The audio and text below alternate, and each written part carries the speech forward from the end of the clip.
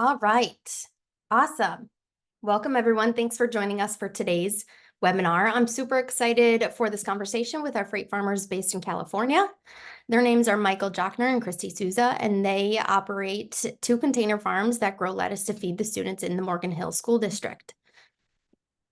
My name is Amy Martin, and I'm the Freight Farms events manager. And for those of you who aren't familiar, our mission at Freight Farms is to build accessible modular vertical farming technology that empowers people to grow fresh, healthy food in their local communities, wherever that may be.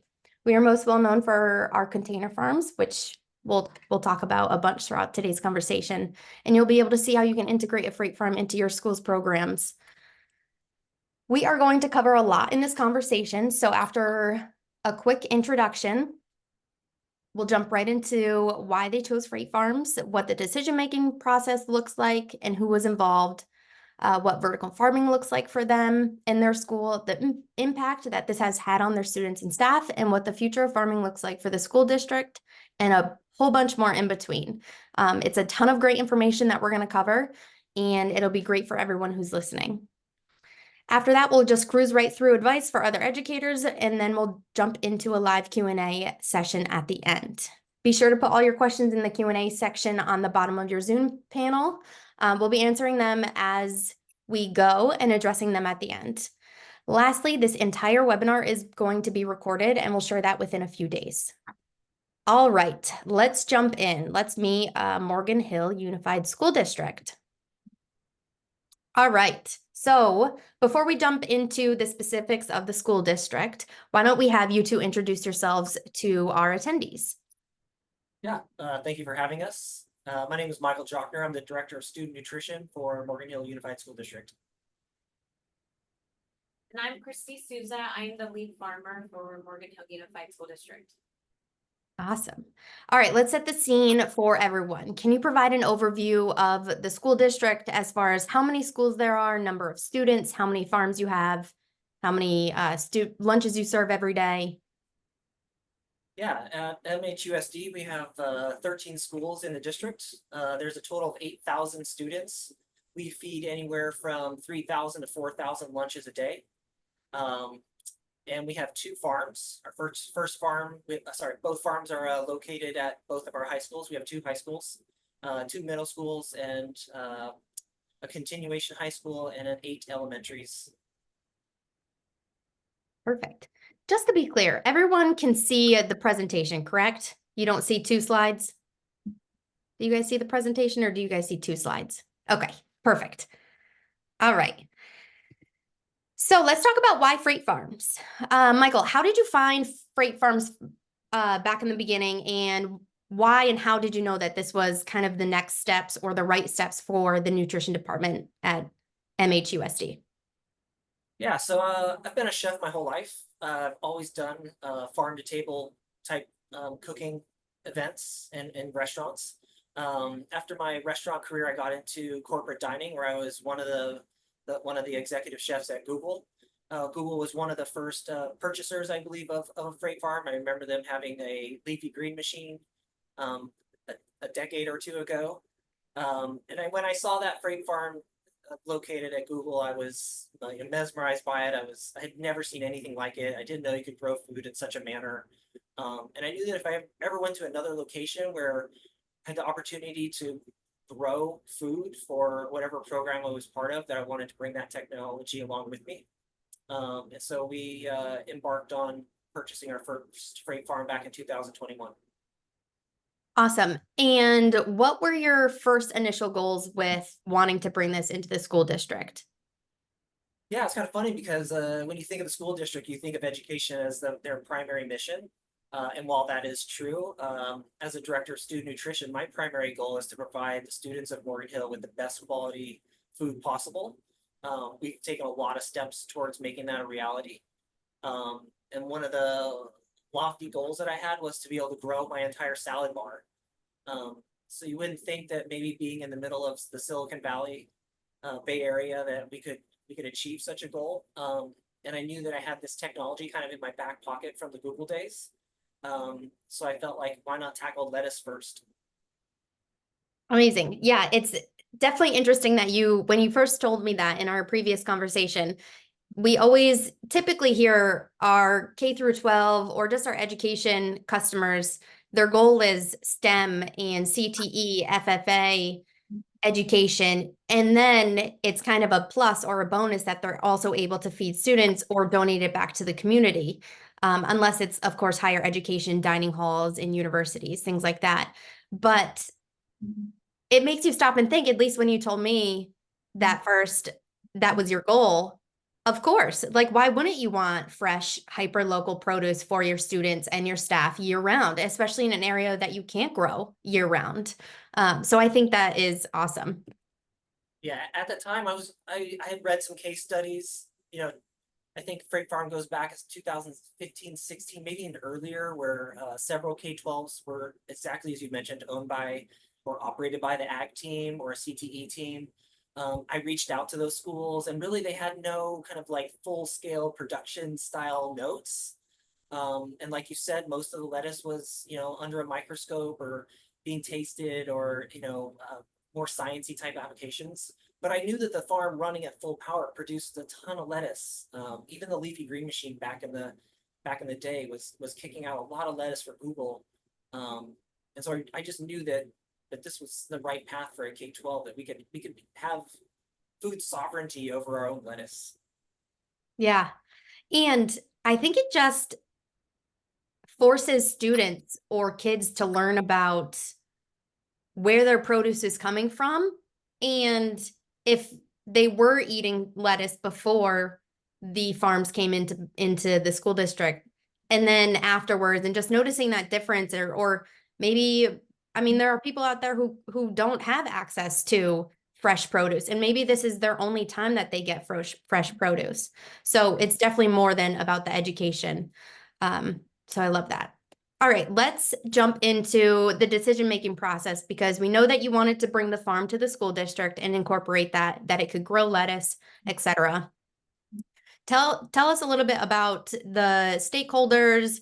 Were they on board from the beginning, or did it require a little bit more advocacy and education on your part, Michael? Yeah, that's a kind of a fun story. I'm blessed with a very supportive board. The executive cabinet, the superintendent, have always stood behind the decisions that I've made, whether that's changing a spork kit to a compostable spoon, changing a blanket napkin into a post-consumer recycle napkin, removing plastic water bottles out of our ecosystem here at the district, and replacing them with an aluminum bottle. They've always supported every step that I've made. But when I approached them about the freight farm in early 2021, there was a lot of head scratching and questions about how this was possible. Even though Freight Farm had been around for quite a number of years, thankfully there was a lot of great media out there from previous farmers who were already doing this very successfully. So I was able to attend a board meeting and go to the executive cabinet meetings and superintendent and show them videos. Show them the literature and the pamphlets, show them real testimonials from farmers that were already using these as very successful businesses.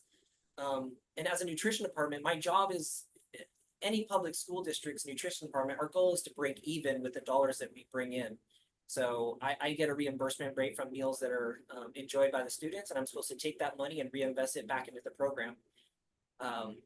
So it's kind of a win-win. If we could buy something that would eventually pay for itself because it makes money in a sense, it was kind of an easy conversation after they understood that the unit was going to replace my USDA or my lettuce vendors. So yeah, once we kind of got past that hurdle that it actually works, it was a pretty easy sell. Yeah, I mean, like you said, we've been around at Freight Farms as a company for over a decade, and this industry is still new to people. There are still challenges of just for people, small business farmers who are looking to get a loan for this, or just anything. You have to sometimes stop what you're doing and just spend time educating people on what exactly it is, because there's the hydroponics factor, there's vertical farming, and then you throw in the shipping container. And I swear that last shipping container aspect just throws people so far left and they're just like so confused. So it does take some time to educate, but once you get that education done and spend time doing that the right way, we have a lot of great resources for that. It's usually an instant or a pretty quick decision that this is a really cool piece of technology that can help feed a ton of people and then some. All Yeah. right. Just to touch on that a little further, so school districts are given money by the state of California and by the USDA, and that's the same for any state in the United States. And we're supposed to spend that money on produce, whether that's purchased locally through local farmers and vendors, or you can purchase produce through the USDA. A portion of my money is designated to be spent in the USDA, and we were spending, a small chunk of money on lettuce from the USDA. And unfortunately, really, that product is as funny as it sounds, even in California, that lettuce, the quality of that lettuce wasn't very good. And we found that, and Christy can attest to this, the lettuce that was getting shipped to us, we'd often throw a small percentage of that away out of every case, and then with the freight farm, we throw zero away. So it was just a win-win in that aspect regarding the financials. Yeah, that's great. I love the no waste. All right. So let's talk about your timeline just a little bit more. So remind us of the timeline of your first farm, when you purchased, delivered, and also can you touch on if you had any zoning hurdles or where the farm lives? Yeah, so the first one was delivered in December of 2021. We followed all the instructions. I had experience using the farm while at Google, meaning I would take lettuce out of it, but I was not operating it. So I had a high learning curve. And our lead farmer also had a high learning curve at that time. Went through the Farmhand Academy. And then within, a month or two, I believe we were producing lettuce.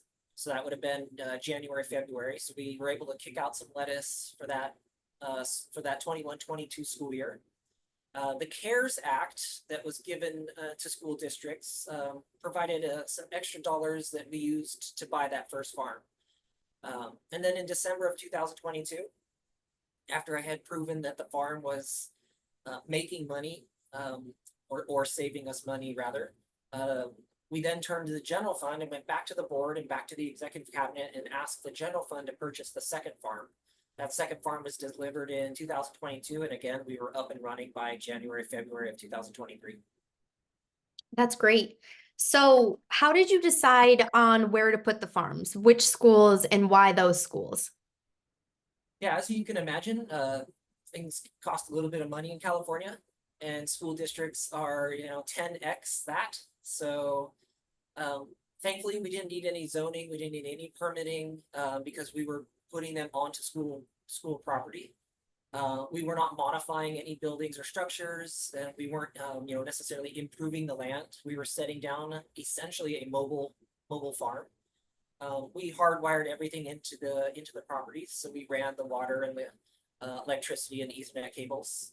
Both farms sit approximately 25 to 30 feet from our production kitchens, our central kitchens. So I have a farm that's roughly 30 feet away from our central kitchen at high school 1, and another one across from our second central kitchen at the other high school. Great. Yeah, it was actually quite simple. Actually, the USDA and the local health departments, nobody really knew what to do with it. It's classified, I believe, through the USDA, correct me if I'm wrong, as agricultural equipment. Mhm. The farm, freight farm information. And so the health department doesn't really care about it. The city doesn't necessarily care about it. Like, nobody really seems to know what it is exactly. So I'm kind of a go fast and break stuff type person. So I figure we just set it down, hardwire it, start growing lettuce, and then let everybody, kind of figure it out after the dust settled. But so far, Yeah. really not any issues, and knock on wood, we produce a pretty high quality product like every freight farm does. We've had zero issues, so no one's really had a reason to even come inspect it. Great. I love that. All right. So just quickly before moving on to the next topic of conversation, when you went and back to the board for that second farm, you had a year of data and, proof of how it worked and how successful it was. did you have to explain yourself, I guess, for lack of better terms, to the board for getting that second farm? Or were they kind of on board from the beginning because they had your track record? But yeah, I mean, they were excited. I mean, to go back to those years, we were the first K-12 in California. Up until that point, I'm unaware of any K-12s, being run by a nutrition department that had a farm necessarily. And so we were kind of the hot show in town, and we were the hot show in the state. I had a lot of school districts that were coming to me and taking tours. They wanted to see it. The board was, very proud of it. We could show it off to the community members, to even some of the local farmers in town. And when I came back with the numbers, it was a slam dunk. It was really a no-brainer. The first farm's ROI was 11 and a half years. And even the fact that I could talk about an ROI in a nutrition department was, kind of groundbreaking. Nobody talks about the school library as having a return on its investment, other than little kids that, can read. And so the second farm, fast forward after California droughts, the droughts led to some floods, many of you probably have read about in Salinas area. So a lot of local farmers were devastated by flooding. And so the price of local lettuce also went up. And so the ROI on the second farm now was 7.8 years, which was a significant jump in the ROI on it. And the spring mix lettuce price here in the Bay Area just, I forget what it is now. It's last time I checked, I think it was like $4, nearly $5 a pound. And so that was a pretty high number from what it had been. So the ROI has just continued to drop. That's great. All right. So let's talk about how the farm served your original goal of feeding the school district students and how kind of this process happens.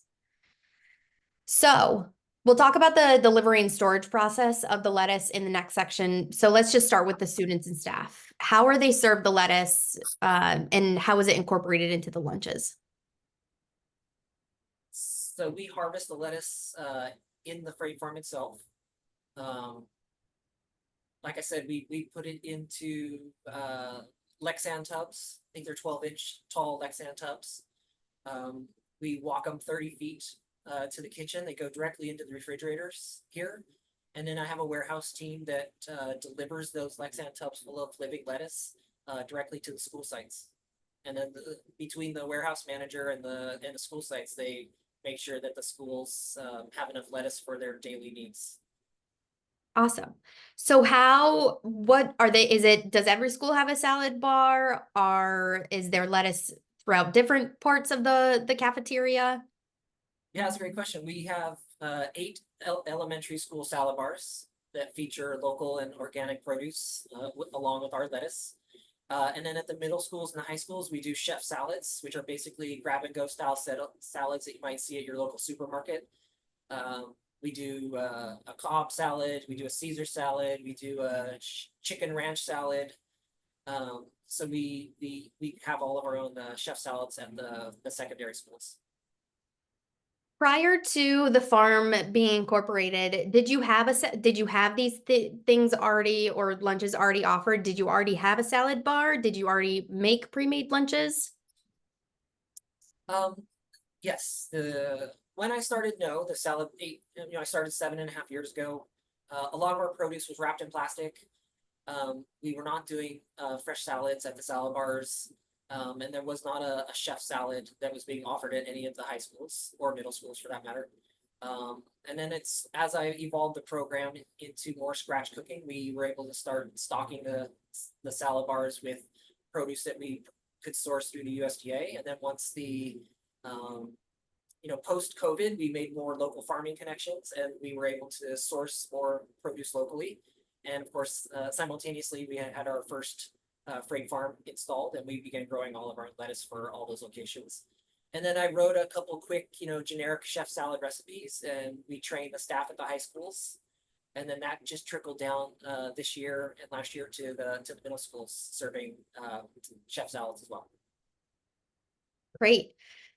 And I just think it's so amazing that elementary schools have salad bars and these kids are serving themselves. And when you first told me that, I just think it's so great because they're learning so much more other than just getting a healthy meal for lunch. And you don't really think about that until you actually think about how they have to grab the spoon or grab the tongs and serve themselves and make that decision of what they're eating themselves, whether they want to add tomatoes or what kind of dressing. And there's just so much that comes along with it that I just think it's so great. And it's so great that these kids at this age in elementary school want this. They want a salad. It's fun and it is exciting to them. So I think that's amazing. Yeah, once I had kids a little while back, and I became a nutrition director, and I when I started in Morgan Hill, I had a 1-year-old. I watched her eat, and it was just fun to see that.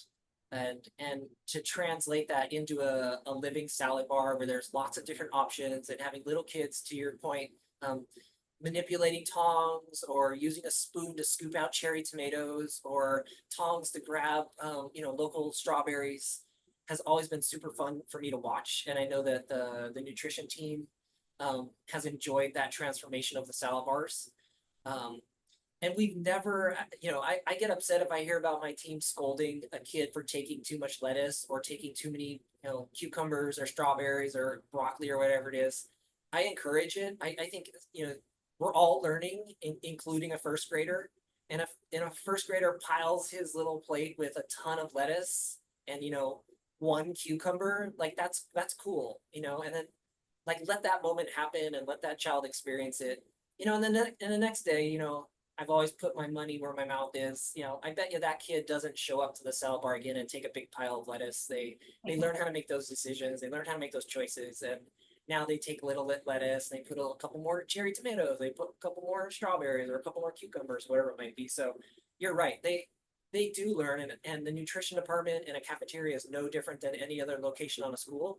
I think that a cafeteria and a lunch line is probably one of the best places for education. And I'm proud that we offer and we allow the students that freedom to make those choices. Yeah, I completely agree with all that you said. And it's just so amazing. I also have a toddler, and just watching her and make those mistakes, or not mistakes, but if they drop a tomato because they scoop so much, and just understanding that it's okay and you just put it aside and we'll try again. And I think it's so great, and something that you don't think about is, yes, you have this farm and it is such a great tool, but it's not just growing lettuce or just feeding your kids. It's going and teaching them so much more than that. So I just want to get that point across, that it is such a great addition to your school, your nonprofit, anything like that, because of the possibilities outside of the container. Watching a little kid walk away from a salad bar and drop a couple lettuce leaves, I think is like the most fun thing to watch. It's Yeah. just, and of course you have the custodian team and you have my nutrition team that are, we got to sweep all that up, and it's a learning lesson for us. But I think the satisfaction, as you get through, and kids learn fast, they learn so much faster than adults. Mhm. End of like the second or third week, they're not dropping that lettuce anymore. They're not. Right. We don't have cherry tomatoes rolling off their trays and things like that. So they pick it up pretty quick. All right, Christy, let's talk about farming at Morgan Hill. So let's just go back. You quickly introduced yourself in the beginning, but let's go back with kind of your role in the farm, and just, is it just you in the farm for 2 farms?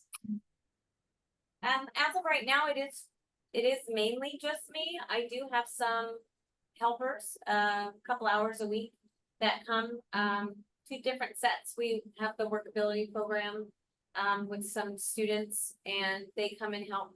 And that's a newer thing with them helping this year in the farm. They help with some seeding as of right now, and then we'll probably graduate to maybe some helping with transplanting and things like that. And then I have some helpers that come that might want extra hours after their shift, and they can come and help me with transplanting or harvesting the lettuce, more towards the end of my day. Yeah.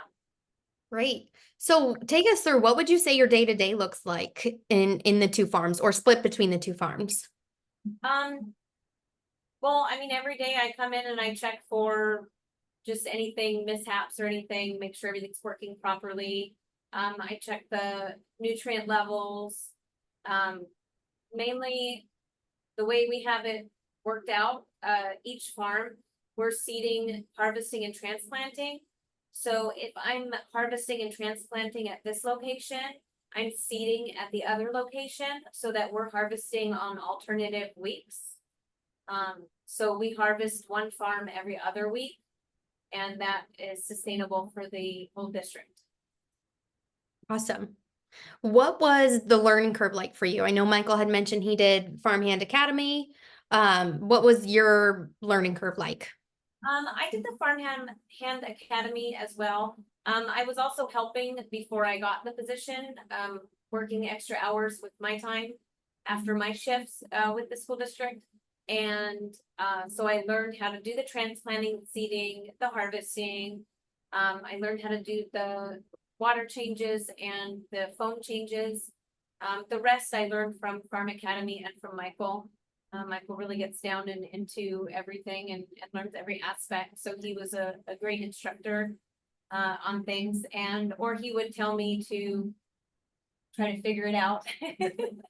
Kind of throw me out there, and most of the time I would, or I would come back and say, you know, I haven't been able to figure it out, and he comes out and helps. Great. So you just briefly touched on the workability program, but just either you or Michael, can you just give a quick overview of what the workability program is and just explain a little bit more about how it's new this year to the farms?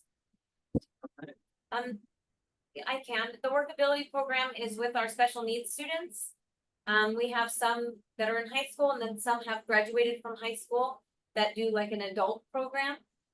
Get them ready to try and get jobs and skills to get those jobs. And so they have worked, I don't know for how long, but they have worked helping in the kitchens, cutting fruit, bagging fruit, vegetables, wrapping sandwiches, things like that. And from there, they've started, like I said, working in the farm, doing the seeding, planting the pods in the trays, and then obviously seeding. And from there, you know, we'll graduate, hopefully the ones that can be in the container can help me with maybe transplanting or harvesting. And just to expand on that, the workability program, with like Christy mentioned, was something that we started with within the kitchen with some light food prep. And one of the feathers in the Freight Farms cap at Morgan Hill was we took a student from the SPED program, from the workability program, and we were able to actually transfer him into a full-time position within the nutrition department. That student now runs a cashier, does all the prep that the kitchen does at the central kitchen, has a full-time job with benefits. His mother emailed me like 6 months ago and said that he was so excited because the student was able to take his own, you know, hard-earned money and bought himself his own new bed frame for his room. You know, these are really like proud moments. You know, I try not to get too emotional about it, but yeah, the workability program has been just groundbreaking here, and the farm and Christie's efforts to, you know, take the time and guide a student who may have mobility issues or dexterity issues, and, you know, work on them, you know, round the clock on how to drop the grow plugs into the grow trays, or how to handle the little pelleted clay seed lettuce seeds. You know, all that takes a lot of time and patience, and I think Christy and the team have really done a good job with regards to that specific program. That is so great. All right, so let's dive into, we know that the first goal was to grow lettuce and feed the students, and then education would come next. So in addition to the workability program, how else are the farms being utilized for or by the students? Yeah, this year we're in a little bit of transition. Last year we had the ag teams at both high schools were able to use the farms, you know, on a slightly random basis. They would field trips, probably the wrong word, but they would take their classes through the different periods of the day or throughout the week. They would bring the classes in to show the farm, show off the technology. They utilize the Freight Farms K-12 education package, pulling a couple lessons out of that. In addition, we have the FFA who would bring some groups through occasionally that would want to show off the technology to the FFA, which is the Future Farmers of America. Both high schools have FFA clubs, and so we partner with them. This year, like I said, we're in transition. There was a little bit of teacher turnover in our district. And so the new ag teams at the high schools, I've been in contact with them and actually have a meeting with them in the up and coming weeks to help encourage them to come use the farms. Awesome.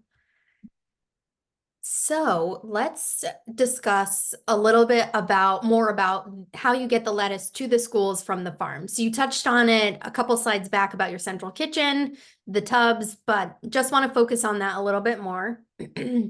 So take us through the process. After the lettuce has been harvested, how again do you package them for the schools? They are packaged. I don't know if everybody can see, but on the picture, they're in those life-size cups, and they are put directly into a refrigerator. And from there, they're taken directly to schools in those tubs, and they still have the grow pod attached so that they're not wilting in the process. Sometimes, like yesterday, I harvested at one of the sites, and it went directly to a school, so they were used within a day of being harvested. And then sometimes they go in the refrigerator and they wait till the next day or a couple days. They get taken to the sites in those tubs, and then the tubs come back to the kitchen and get sanitized and brought back to me when I harvest. Great. Yeah, students are eating lettuce that's like an hour old. But the elementaries in particular, they're so good now at their jobs. We have kitchen shears that are dedicated just for this task. They literally cut the lettuce right into a hotel pan, and that hotel pan goes right out to the salad bar. Often, like I said, within the hour of the lunch shift. So students are literally eating lettuce that's, an hour old. Yeah. Hyper local. So cool. So talk to me about, because I'm sure people listening are kind of wondering for their own plans, if this is something that they want to do, that middle person. How Christy, you harvest it, put it into the tubs, it goes to the central kitchen. How does it get to the schools? Who delivers that? Yeah, we have one warehouse driver. He starts his shift at 4 in the morning. He loads up the delivery truck from one central kitchen and will drive to 5 schools in the district. Once he's deployed everything out of that truck, he drives that truck to the second central kitchen, where we have the second load. That all gets loaded up, and then he makes his rounds to cover the remaining schools. Right. So Christy, you mentioned that you just harvested and it went straight to school. Was that because you didn't have any lettuce in the fridge in the central kitchen, or how do you manage where the lettuce is going? Typically on a Monday, I come in to harvest, and if they've used all of their produce from the week before, then yes, it goes directly onto a school or onto site. When it goes into the central kitchen, they prep a day ahead of time to go to the schools, to the sites. So sometimes it'll go on a wheel to the school the next day, or sometimes it'll go directly to a site because they don't have the produce that they needed that morning. Right. And you mentioned a couple times that there's little to no waste with the lettuce. So if you harvested X amount and you still had some in the fridge, and the schools for whatever reason didn't need as much as they needed the week before, so you have some in the fridge, do you keep it there until they need it? Okay. And a couple weeks in the refrigerator.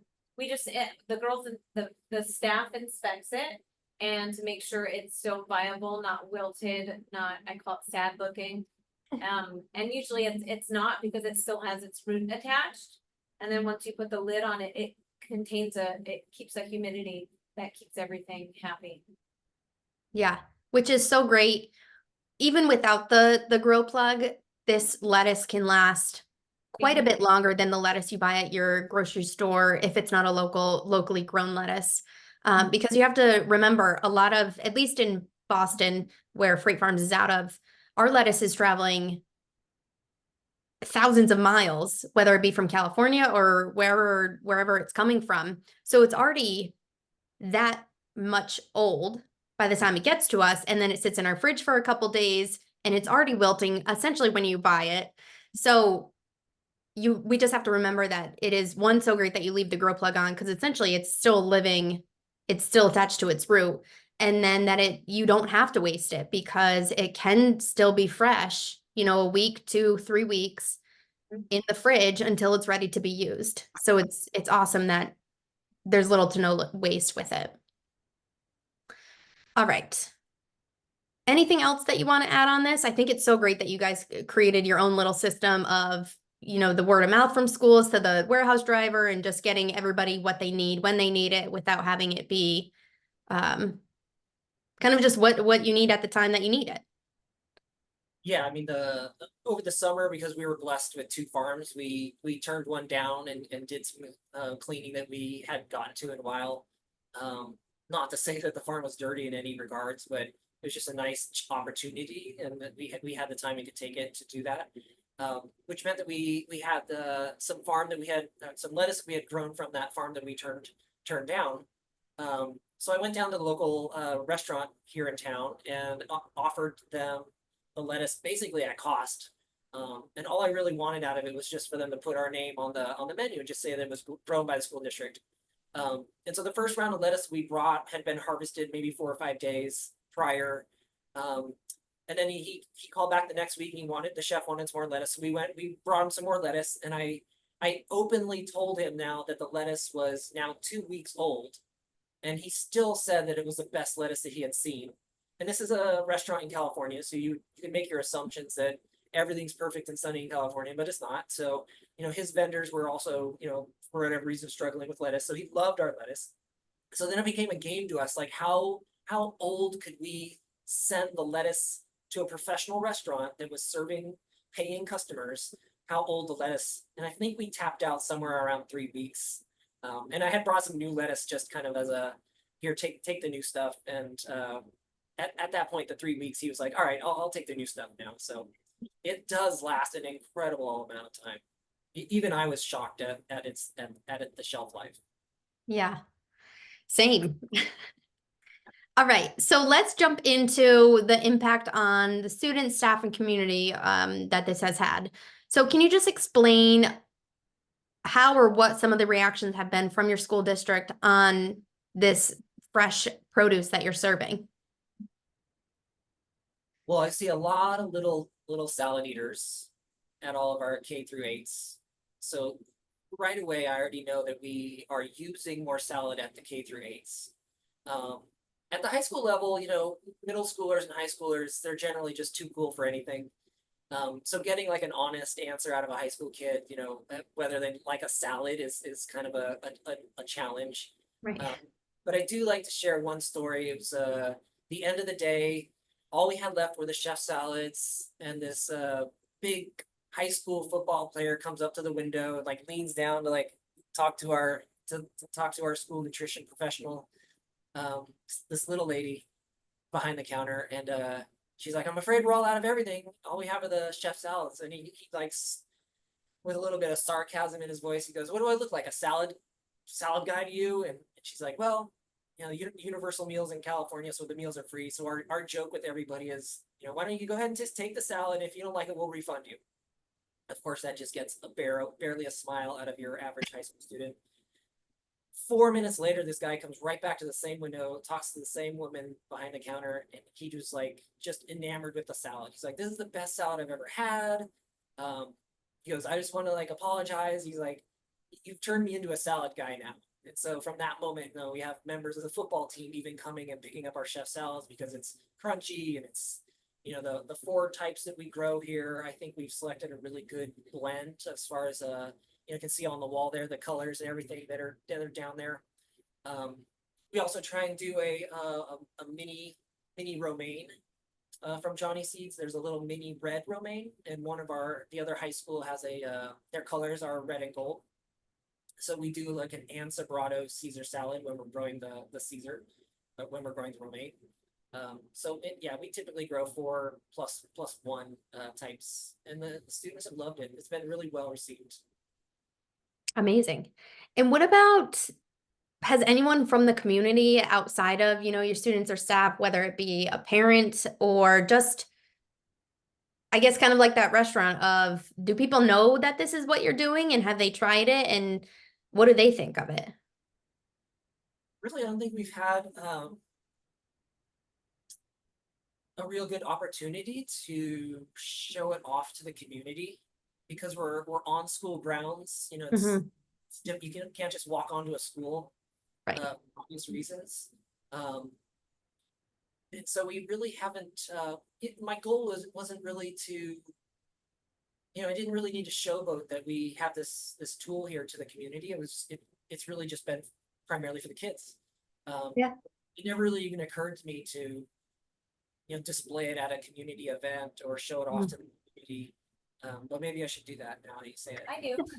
I showboat it. I'm local in the community and I love showing people what I do. And it blows people's minds. When I show them the lights and the setup and the nursery and harvesting and my kids are high schoolers and not at these high schools, but they have friends, and so we do talk to people that their kids go to this school and they are blown away. They say, we never had any idea, that this was going on and it's so neat. I even had another mom, I would love to do your job. And yeah, it is very neat. And a lot of people that I talk to are really impressed on what we do. Awesome. All right, we're almost through, just 2 more slides left. Let's talk about the future of freight farming at MHUSD. With the success that you've had with the 2 farms, do you think you'll incorporate more or expand on the program that you have built with these 2? Yeah, that's a great question. I'll look for the email, the discounted price for the 3rd one from Freight Farm. So anyone in the Freight Farm galaxy is listening. But seriously, this was really the first piece of a much larger, broader project.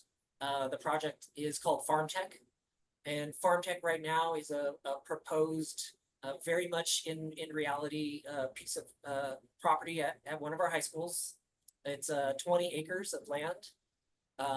It'll be a 2 to 3 acre demonstration farm that will show off high-tech farming, medium-tech farming in the form of like Bato buckets and great kind of greenhouse hydroponics, and then conventional farming and showing kids you can pull carrots right out of the earth.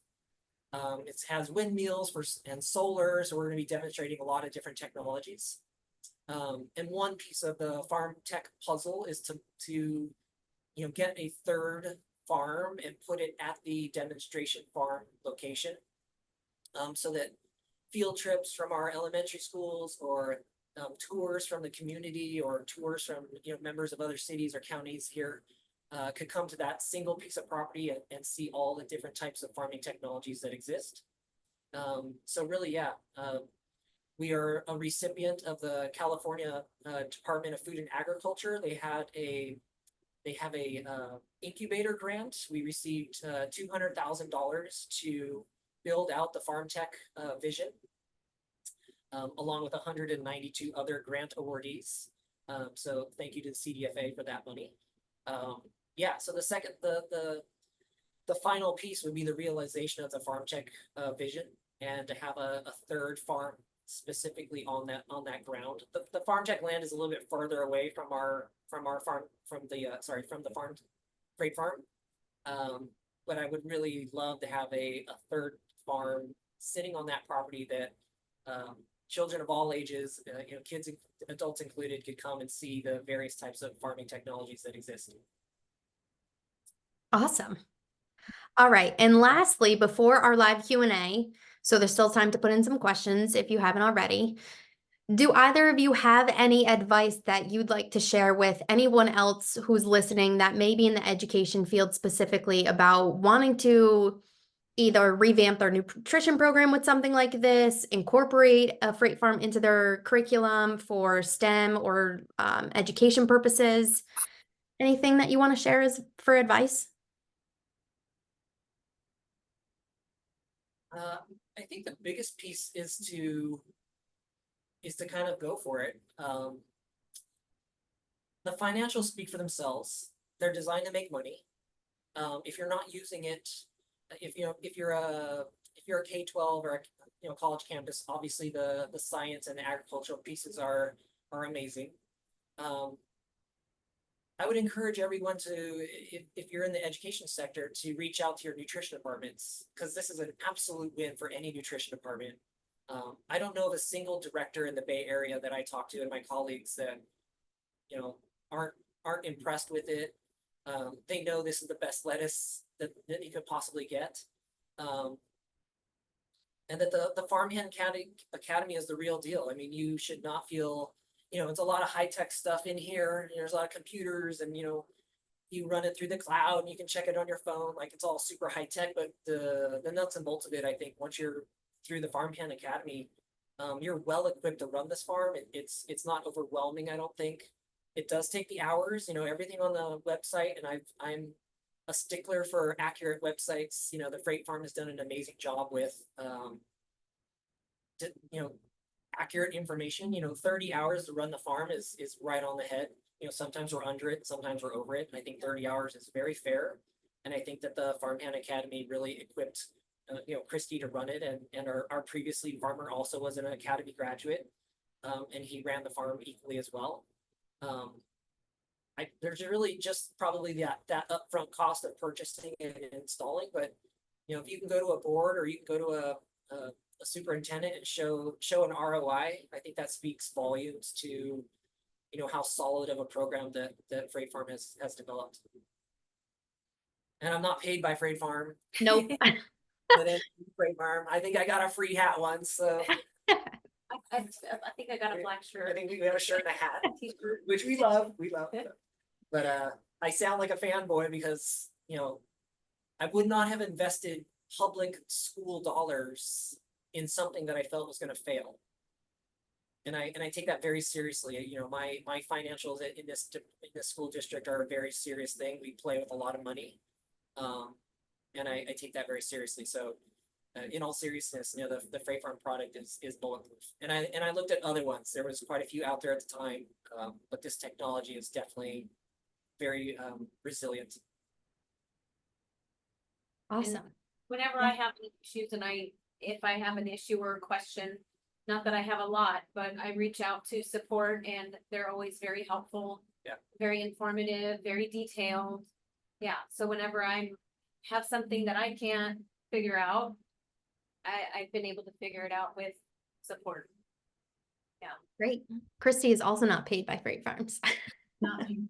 She got a shirt.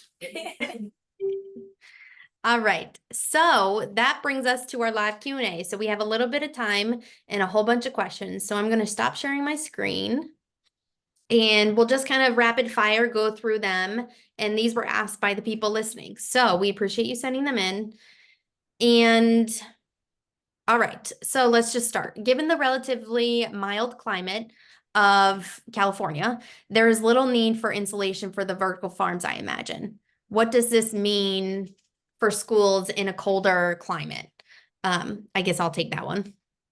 But so our farms can operate because it's a shipping container, and we have insulation. We have HVAC. It can operate we have farmers in Alaska, Canada, a whole bunch of places that get below freezing many, many times throughout the winter. And then also on the flip side, farmers in Egypt and, desert areas of the US or California, depending on where you are, can get very, very hot and dry. So it can operate in a lot of climates, which is the beauty of it. All right. What role or roles do students have with the Freight Farm at your school? Do they learn about growing things? Is it hands-on, environmental impacts? Yeah, we're kind of on the beginning stages of a much more broader marketing, plan and education plan regarding the farming that we're doing here in Morgan Hill with the Freight Farm system. We don't, because they're sitting at high schools, it's only the high school ag departments that have access. I mean, they all have access, but that use them. They use them as part of lesson plans. There's a specific semester built around the Freight Farm itself. So it's kind of hit or miss, I guess, at this point. We're shooting for more hits this year. yeah, I mean, there's a lot of education that could be derived from the freight farm. Yeah. All right. Are your pre-made chef salads in to-go containers or reusable containers to return to the cafeteria? Yeah, we're not, the infrastructure at our high schools and our elementaries don't allow for dish machines. So I'm proud that we partnered with a company called BottleBox, and BottleBox basically makes clear clamshell style containers that are made from 100% recycled water bottles. And on the bottle box container or the clamshell itself, it says how many water bottles were used to make that particular clamshell. So that's how we serve the chef salads. It's a clear clamshell. I'm a big believer that the first bite is with your eyes, so students really need to see their food first, and so the clear clamshell works perfectly. I would love to move towards a fully reusable system, but right now we don't have the infrastructure or the money to remodel a kitchen to have high school students using reusable silverware and containers. Perfect. All right. How did you satisfy all of the regulatory requirements to be able to serve the freight farm lettuce in the school cafeterias? Are you certified through the county agriculture commissioner or a healthcare agency? Because it's grown on the school grounds, there was no reason for, at least in this county, to have any inspections or approvals. Um, the health department knows that it exists, and we have a HACCP plan and we have a farm safety plan, a gap develop USDA gap derived plan for that, just to cover any type of instance that may occur. So there hasn't been any regulatory hurdles that we had to jump through to put this on school grounds to grow lettuce for. It's no different than a school garden. If a school garden wants to grow some cherry tomatoes and we put those cherry tomatoes onto the salad bar, as long as I have a HACCP plan and a safety plan for the washing and the cleaning and the serving of those tomatoes, we're allowed to do that. Perfect. All right. In the first 3 months, did you use all the panels or were you kind of doing it in stages as you learned and got more comfortable with it? No, we were full throttle right off the bat, because we started the first farm with half the farm. We planted half the farm that first week, and then we planted the second wall in the second week. And then within like a couple weeks, we decided that we felt like we could try, because we only had one farm at the time. We felt like we should switch to a weekly harvest. So every week we were harvesting a little bit of lettuce. At that time, we were only producing about 45 to 50% of my lettuce needs, which is why we went with the second farm, so we could bump that ratio up to 100. And now very rarely do we ever buy lettuce. How do you manage the farm during holidays and breaks? Great question. So school districts, with any of you out there with kids, you realize that winter you have 2 weeks off. Thanksgiving you generally have a week off. What we usually do, and Christy's really been instrumental with executing this, is our lettuce is 0 to 7 weeks to harvest, so we know the 7-week timeline, so we can start strategically not planting for that Thanksgiving week. Or conversely, during the summer or through the winter, we can slow down the farm or time the seeding, so that we have not necessarily a dead wall, but maybe an empty wall. And through the vacation times, we found that we kind of skate by with minimal checking on the farm, so everybody can take a couple days off or a week off. We've been able to kind of rotate the labor. Yeah, we've just kind of made it work. Slowing down the farm works a little bit, and just making sure that you've got it all like kind of set up ready to go to have a couple days off. When you say checking on the farm, do you mean actually going in or do you check farmhand and call it good unless something comes up where you're like, I should go in and check it? So I live a half an hour away from this farm, so typically I will check it via the app. We've gotten really good with after a year or so, you just become very intimate with the farm. Kind of how it's a living machine that's working. We set up all the farmhand alerts that we feel that we need to get an actual snapshot of how the farm is doing when we're not in it. But yeah, throughout the winter break, I'll come down, for a day and just spend an hour, at each farm just checking them. Christy also does the same thing through some of those breaks. Well, we're also 12-month employees, not like teachers that are 10-month. So we do have mandated dates. We're not supposed to be here. So, but I live 15 minutes away, and if I ever get an alert or, power goes out, which happens during the summer because of the heat, yeah, I'm available. Or he's available, but he's a little farther away. Great. And I may have missed this, but during the summer, that's longer than your standard week-long holiday break. Do you continue to grow lettuce, or is that your time to just kind of like deep clean and kind of get set up for the school year? And if you do grow, where does that lettuce go? Yeah, we experimented, like I said, with the one restaurant. To be honest, this last summer this department had a lot of balls in the air that we were juggling, with a massive overhaul with some procurement standards, sourcing standards, training. And so we basically turned off one of the farms, and we had 3 summer school programs working, plus we partner with the Boys and Girls Club, the YMCA's, some after school programs that also we were serving food to. So we had one farm running kind of in economy mode, if you will, that was just producing enough lettuce for those programs while we deep cleaned the second farm. This summer coming up, I predict we'll be in a much better place, and I see us having both farms running, probably both in eco mode and maybe at a reduced rate, and offering those lettuces to not only our own internal programs but to some of the local restaurants. Cool. Does your farm pay for your expenses to run it? Yes. And have you had any problems with pests? If so, how do you treat them? So this is my favorite demo. So it's not a virtual background.